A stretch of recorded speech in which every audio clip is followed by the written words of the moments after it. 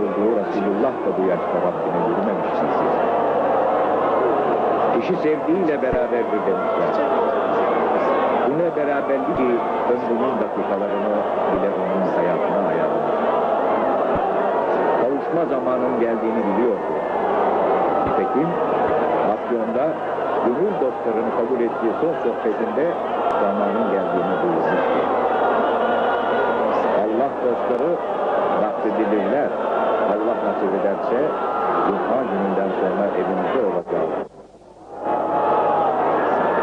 La ilahe illallah Muhammedun Resulullah deyip yolunun dizlerinde gözlerini kapadığında Cuma gününün ilk saati.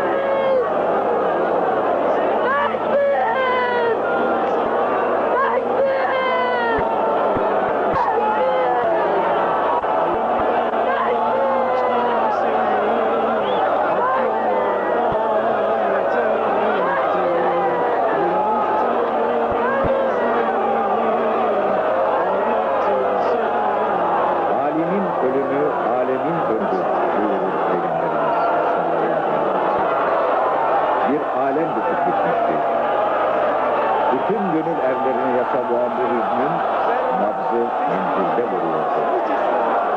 Ankara'da ruhunu Rabbine teslim eden Muhammed Raşid Hazretleri mübarek naaşı menzile doğru sefere çıktığında onun tekrar yüzbinler harekete inanmıştı.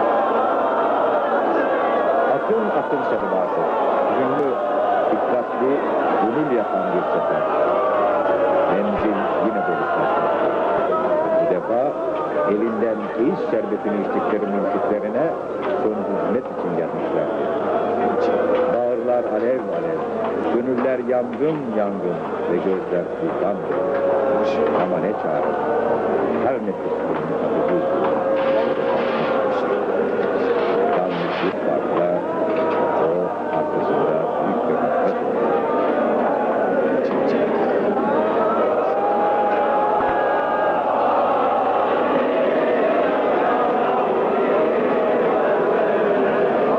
Mevlanaca gel dedin, Yunusça sevgi dedin.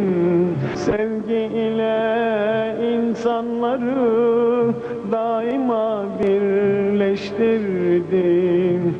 Ayırmadan hiç kimseyi hak yola davet ettin. Bıraktın bizleri, ağlattın seydan.